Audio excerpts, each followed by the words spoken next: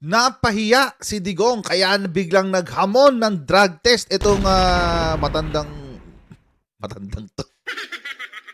Itong matandang to. Kasi ewan ko ba, itong matandang to talaga hindi marunong tumahimik. Ito lang talaga yung former president na talagang ang cute-cute mo. Ang sarap lamutakin. Anyway, mga Kojero, bago natin pag-usapan yung topic na yan, huwag niyo pong kalimutan mag-like, mag-share at mag-subscribe sa ating Coach Jared YouTube channel. Pa-follow tayo sa ating Facebook page para lagi updated sa mga ganap. At sumali din po kayo sa ating Facebook group, no? Tambahin na mga Kojeros, para makakausap nyo rin yung mga kasama natin dito sa ating channel. Kaya yan mga Kojero, pasensya na po, hindi po tayo nakapag-live stream dahil magulo pong internet. Si Converge, umambon lang, nawawala. But anyway, mga Kojero, ito na nga ang ganap. Ito na ang mga ganap, mga Kojero. Nagsalita po kasi ang ating PNP, NBI, at DICT tungkol doon sa peking video ni PBBM na sumisinghot doon ng pulburon na ikinatutuwa ng maigi ng mga Duterte Balahura supporters. No? Akala nila, mauuto nila ang mayorya ng sambayan ng Pilipino. Pero wala eh. Ginagawa nilang tanga mga Pilipino. Imagine mga Kojero, itong mga DBS, itong mga Duterte Balahura supporters, pinagsisinungalingan na sila ni Digong. Happy pa sila. Ganyan sila katanga. Yung pinagsisinungalingan ka na, happy ka pa. Ganun sila katanga mga Kojero, ibang level. Ito ang sabi ng NBI at ng PNP mga Kojero sa kumalat na video, alleged video ni PBBM na sumisinghot ng pulburon. PNP and NBI share similar findings. Ban in drug video, not Marcos. Ayan ang nga bang sinasabi natin. Tayo naman mga Kojero, alam naman natin hindi tayo naniniwala dyan. It's very, very obvious. Papakita ko sa inyo lahat para naman. Alam niya. Ano klaseng kabobohan to? Pakita ko sa inyo ulit. Ayan. Ito yung alleged pulburon video, mga Kojero. Ayan. Sisinghot daw kunyari. Asa na? Ano to? Lagayan ng toyo. Tapos, kumuha ng konting pulbos dyan sa lagayan ng toyo. Kunyari, sisinghutin. Ayan. Tapos, yun. Kunyari, hi. Diba? Kamukha ni Xi Jinping. But anyway. Ayun na nga. Sabi ng NBI at ng PNP, yan daw ay peke. It's very, very obvious naman kasi it doesn't take a genius para malamang peke. It doesn't take a genius para malamang peke yan, mga. And it's very, very malicious. Alam nyo, napaka-malisyoso po nitong video na to. Dahil ipinapakita lamang po nitong video na to, ipinapatunayan lamang nito na si Digong ay gusto talagang i-disturb ang gobyerno. That's it. That's the conclusion of the matter. At kahit i-deny nila yan, hindi maniniwala ang taong bayan na i-try nila ipalusot yan, etc. Kaya nga naghamon bigla ng drug testing. Kasi napahiya sila dun sa video nila. Tingnan nyo mga Kojero, sarili nilang kabalbalan. Diba? Napahiya sila sa sarili nilang kabalbalan. Tapos ngayon, ilulusot nila, ang gusto nilang palusot, patunaya silang mali. What the hell? Diba? Hindi ka na nga nagpakita ng ebidensya. Ang gusto mo pa, magpakita ng ebidensya yung kalaban mo. Diyos ko naman. Ginagawa talaga tayong tanga ni Digonggong. Ito yung balita tungkol dyan sa video na yan. Iisang lumabas sa resulta ng pagsusuri ng DICT, PNP at NBI sa video mula sa pagtitipon ng grupong Hakbang ng Maisug. Computer-generated at gumamit umano ng AI technology para manipulahin ng video at palabasing si Pangulong Bongbong Marcos ang laman nito. AI pala Nakatutok si June Veneracion. Hindi raw kailangan ng high-tech na gamit para makitang may anomalya sa nag-viral na video na inilabas sa pagtitipon ng grupong Hakbang ng Maisog sa Amerika gamit ang fake image detector application na libreng madadownload. Isinalang ng spokesperson ng Department of Information and Communications Technology ang screenshot ng video. Yan ang lumalabas. Looks like computer-generated or modified image po. Sa pahayag, see? iginit ni dating Pangulong Rodrigo Duterte na walang kinalaman ang national leadership ng hakbang ng maisog sa pagpapalabas ng video Mamaya na natin komenta nagpapakita niyan. umano kay Pangulong Bongbong Marcos habang sumisinghot ng cocaine. Pero sabi ng DICT, peke ang video na mababa raw ang kalidad ng pagkakagawa kaya napakadaling mabisto. Kahit ang mga cellphone user na hindi malalim ang kaalaman sa teknolohiya Correct. ay kayang-kayang suriin ng screenshots Correct. gamit ang fake image detector. Sabihin nila may bias kami dahil we're from government. Although, sabi ko nga, mas complicated yung tools na ginamit namin. Pero etong video, this particular video is so crude na pag So crude. ginamitan nyo ng very, very simple tools, madidetect So crude. Sabihin, ang baboy ng pagkagawa. Ganun level, mga kotsero. Itong pulveron video na to, mga kotsero, it's so crude, sabi ni, ni Asek Aboy. Napaka-baboy ng pagkagawa. Na it doesn't even, hindi mo kailangan ng expertise sa computer technology or sa video or what have you para maisip na ito ay peke. Kaya nga nakakatawa yung mga Duterte balahura supporters na paniwalang-paniwala dyan sa video na yan. Kailangan talaga ang IQ mo sobrang baba para lang isipin na original yung video na yan at authentic yung video na yan. Ganun katanga ang mga naniniwala dyan sa video na yan. nyo na ho kagad if it's computer-generated, is it suspicious or not. Pareho ang resulta sa mga magkahiwalay na forensic analysis na ginawa ng PNP Ito, at PNP NBI at saka NBI. gamit ang infrared light. Pinag-aral Napakalayo naman talaga. Ito pa lang eh, oh. Mas kamukha pa nga ni Xi Jinping to. Mas kamukha pa nga ni Xi Jinping to eh. Napakalayo, oh. Diyos ko, jawline pa lang. Ibig sabihin, mga kotsero, kumuha sila ng isang tao, pinatong yung mukha ni PBBM. Mga kotsero, tinan nyo, kulay pa lang ng nung kulay pa lang nung balat, oh, layo. Patong na patong eh. Diyos ko. Goodness. Ang swangit. Kaya nga it's so crude eh. Ang balahura ng pagkakagawa. ng NBI ang hugis ng tenga ng Pangulo at ng lalaking nasa video. Dito pa lang, Tenga pa makikita lang. na raw agad na hindi ang Pangulo ang nasa video. You can see that this is the triangle notch here are embossed compared here which is not that embossed. Hindi raw kita yung Also, the dito yung sa triangle tenga. notch is larger here. This is narrower on this picture. So it means this picture is definitely not the same. Gawa ito ng mga disgruntled na tao na Uy! ang nakakainis ay minamaliit ang intelihensya ng ating kababayan. Uy, tama si attorney, si judge pala, former judge, Jaime Santiago. Tama si retired judge, former judge, ngayon ay NBI director, Jaime Santiago. Tama ho siya dyan. Kasi mga kotsero, minamaliit nito ang kakayanan ng mga Pilipino mag-isip. Imagine, inuuto talaga ang taong bayan. At mga kotsero, hindi ako naniniwalang walang involvement si Digong dito. Bakit? Hakbang na maisog na ilabas yan eh. Inorganize niya yan eh. Nandun pa nga si Harry Roque at si Glenn Chong. Tapos ngayon magpapalusot kayo, sabihin nyo, hindi yan ipinalabas ng hakbang maisog leadership. Hindi yan inapprove ng leadership. Even if it is not approved by the leadership, dahil lumabas yan sa event nyo, kayo ang magiging responsable dyan. Cyber libel yan eh. Cyber libel yan eh. Hindi lang yung gumawa ang magiging liable, pero pati yung publisher. Alam nila yan, abogado si Digong. Alam nila yan. Kaya nga 'di ba si Maria Ressa kasama sa hinatulan ng cyber libel, hindi lang yung sumulat ng article. Kasama sila diyan. Tuloy natin.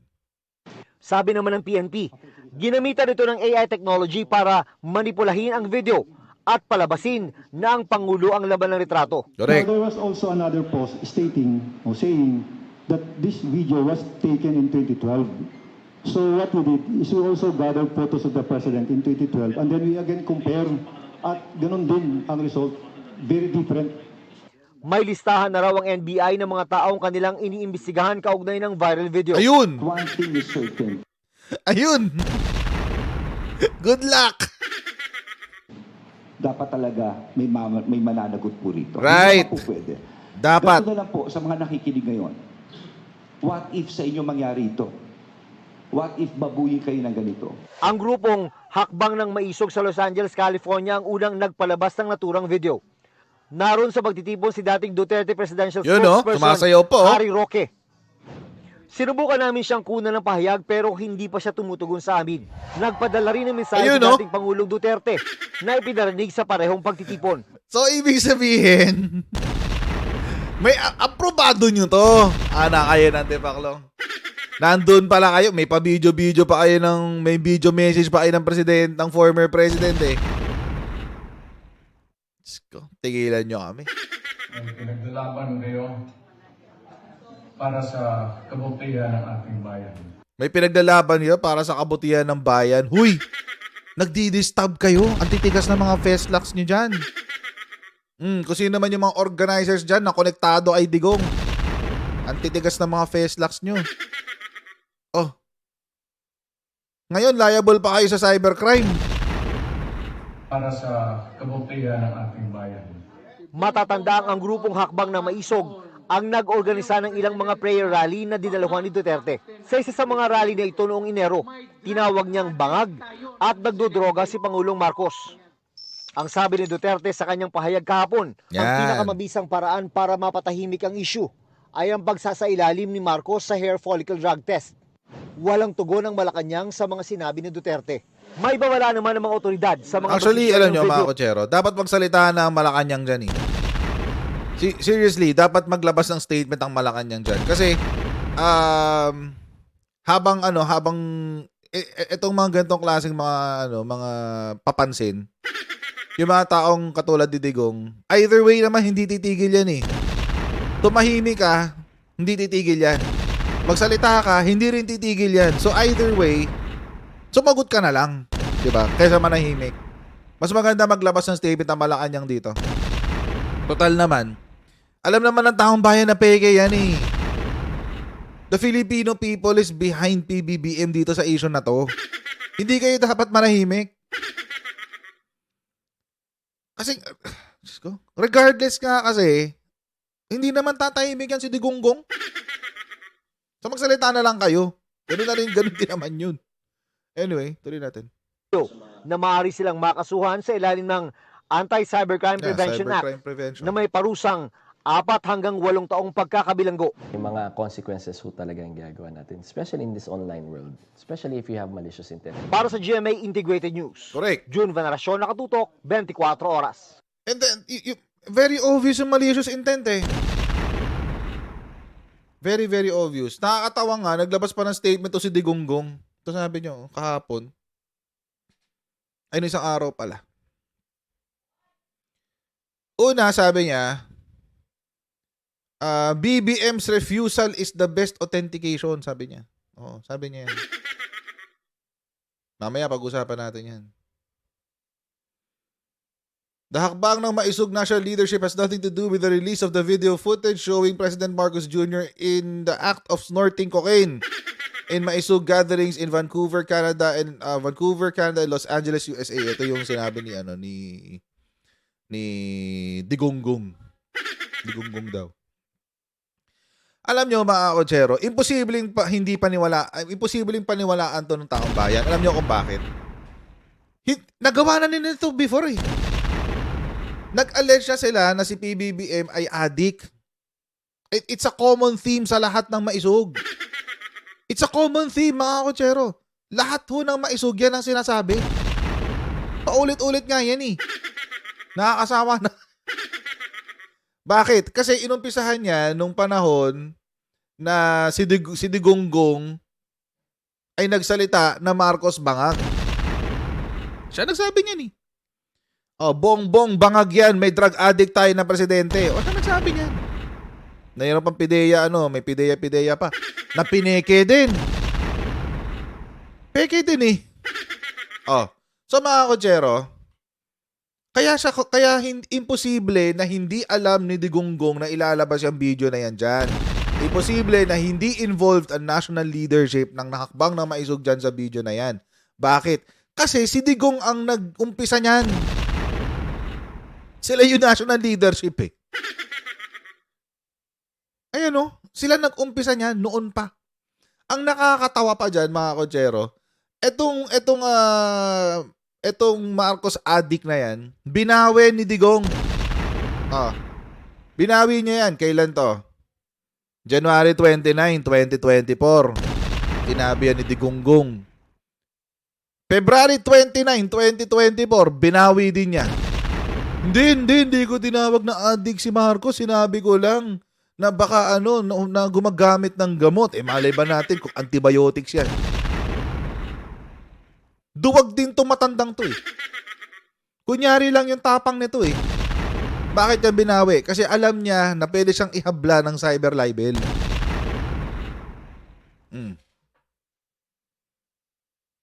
Alam niya yun eh. Alam niya sasabit siya. Kaya yan, binawi niya bigla. Hindi pa niya natatapos mga kotsero. Nakakatawa dito sa sa sinulat niya, BBM's refusal is the best authentication. Sabi niya. Meron pa siyang sinulat with due apologies to all experts who vouch for the authenticity of the video, the refusal of President Marcos to undergo the hair follicle drug test is the best proof not only of the video's authenticity but worse his drug addiction. Sabi niya, dahil tumatanggi sa drug test si BBM, yun ang pinakamagandang ebidensya na totoo yung na authentic yung video. Ito naman talaga to. Si Duterte, abogado to. Abogado tong mokong na to, mga kotsero, tong si Duterte. Nakakatawa na lang mga pinagsasabi niya. Ang pinakamaganda daw na ebidensya, the best authentication, o ang magpapatunay na totoo ang video, ay dahil hindi nagpapadrug test si PBBM. Anong connect? Bakit niya sinabi yan? Kasi napahiya na sila eh. Napahiya sila at nabisto na sila na yung video na pinakalat nila ay peke. So anong gagawin nila? Ang gagawin nila, isi-shift nila yung burden of proof. Ibig sabihin, ipapasa nila yung pagpapatunay na totoo yung mga ina-allege nila, na totoo yung mga binibintang nila doon sa inaakusahan nila. Alam nyo mga kotsero, itong si Digonggong, abogado yan. Alam niya na those who allege should prove. Ibig sabihin, kung sino ang nagbibintang, siya ang magpapatunay. Alam niya yan. Abogado siya, naging prosec siya, di ba? Ano pang sinabi niya? Nung siya ay naging prosec, ang kanyang natutunan ay, ang pinakamagandang paraan daw ay magtanim ng ebidensya. Magtanim ng intriga. Yun daw ang pinakamagandang paraan para manalo sa kaso. Yun ang sinabi ni Digonggong. Hindi ako nagsabi niyan. But anyway, sabi niya, kahit sabihin pa ng mga eksperto na hindi totoo yan dahil hindi nagpapadrug test si Bongbong Marcos, totoo yung kanyang addiction. Sabi niya, change topic. Pupuntahan ngayon natin yan. Wait lang. Ito na. Naalala nyo ba na si Digong mismo ang nagsabi na inabuso niya ang paggamit ng fentanyl? Ayan o. Na-high daw siya sa painkillers. Na-high siya. Inabuso ang paggamit ng fentanyl. At kahit ilang beses pa sabihin ng mga Duterte Balahura supporters na, may reseta naman yan eh. Legal yan, legal ang fentanyl. Ang cocaine hindi, etc. etc. Alam nyo po, ang term na drug abuse, kahit cup syrup nga pwedeng maging pwedeng maging addictive eh. Cup syrup yun ha. Meron po tayong tinatawag na regulated drugs. Ibig sabihin, hindi mo pwedeng gamitin ng sobra. Dahil nagli-lead ito sa drug addiction. Yun ang ginawa ni Digonggong. Si Digonggong, addict sa fentanyl. Ayan o. Siya mismong umamin eh. May drug abuse siyang history eh. Into the 6 months, nagana ako kasi I have to cut the goddamn thing into 4. Isa lang, nagkamali ako minsan. Gaano kadalas ang minsan, Digong? Gaano kadalas nagkamali sa paggamit ng fentanyl? Maganda ang feeling. You have never been to paradise but I've been there. Parang paradise nung ginamit ko. Inabuso niya ang paggamit ng fentanyl. Ang sabi niya, nagkamali lang ako eh. Kasi dapat isang piraso, 1/4 lang ang gagamitin ko, nagamit ko yung isang buong patch, etc. Nang uuto ka na naman. Inuuto mo na naman ang taong bayan. Inuuto nyo na naman yung mga supporters nyo sa echo chamber nyo. Ginagawa nyo yung tanga. Inabuso ang fentanyl. Aminado siya eh. Nag-drug abuse siya eh. Itong pangalawa. Si Digong, Gumamit ng marijuana. Anong palusot niya? Anong palusot ni Digong? Nagjo-joke lang naman ako na naggamit ako marijuana. My goodness, I hate drugs. Ganun ang excuse nito ni Digonggong. Tapos, hinamon siya ni Trillanes. Di ba pa-drug test ka? Drug test ka. Walang ganun. Kailangan mo mag-drug test. Nagmariwana ka, di ba? Sabi mo, hindi ka nagjo-joke lang ka sa marijuana, di ba? Magpa-drug test ka. Walang ganun. Ano sinabi ng Malacanang? Diyan sa sinabi ni Trillanes.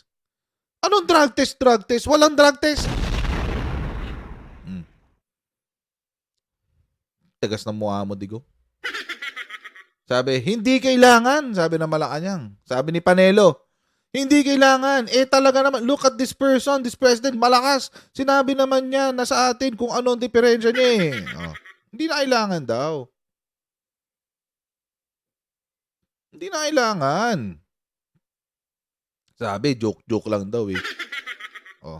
Ba't hindi mo pinatunayang joke lang yan? Hindi sana nag-drug test ka.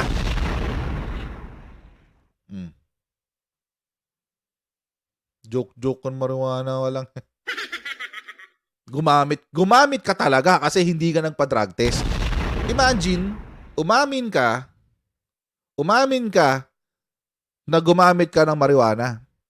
Tapos nung hinamon kang mag-drug test, hindi ka nag-drug test. So, ibig sabihin ba niyan, mga kotsero, si Digong ay totoong gumamit ng marijuana? Kasi hindi siya nagpa-drug test eh. Yun ang sabi nila. Sabi, with due apologies to all experts who vouched for the refusal of President Marcos to undergo the hair follicle drug test is the best proof not only of the video's authenticity but worse his addiction. So, ang ebidensya lang daw na makapagpapatunay na hindi gumagamit si PBBM ay ang drug test.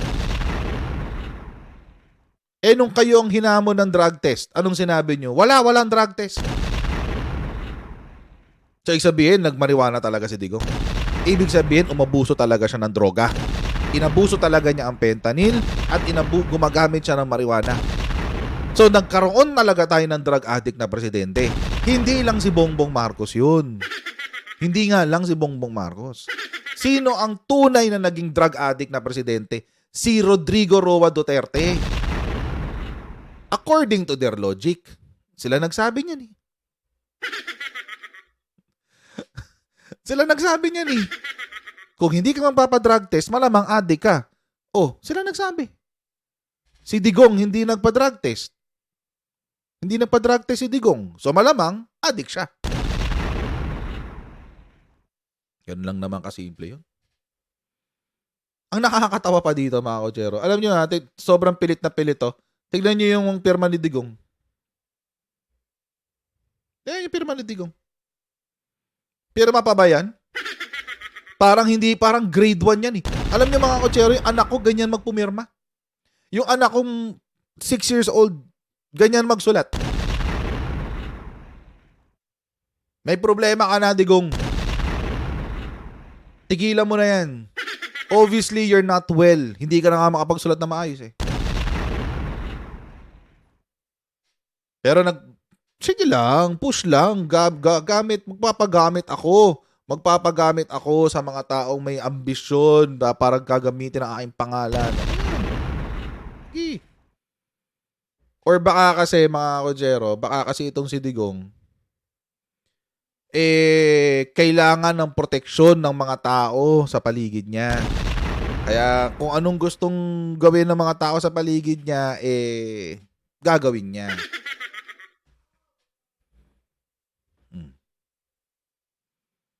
So mga Kojero, maniniwala pa ba tayo sa sinabi nito ni Digonggo? Ako hindi. Pero kung kayo gusto yung maniwala, bahala kayo. Magpakatanga kayo kung gusto nyo. So mga Kojero, ganito na lang po muna tayo sa video na ito. Maraming pong salamat sa inyong patuloy na pagsuporta sa ating channel. And huwag nyo pong kalimutan mag-subscribe sa Coach Jared YouTube channel. Pa-follow tayo sa ating Facebook page para like yung update sa mga ganap sa aking channel. And I'll see all of you in our next live stream, mga Kojero. I'll see you then. God bless and see you next time. Bye!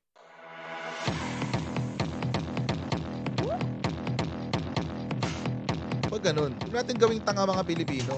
Mas maganda kasi nasa lugar ka ng tama kaysa yung pinipilit mo yung pagkakamali.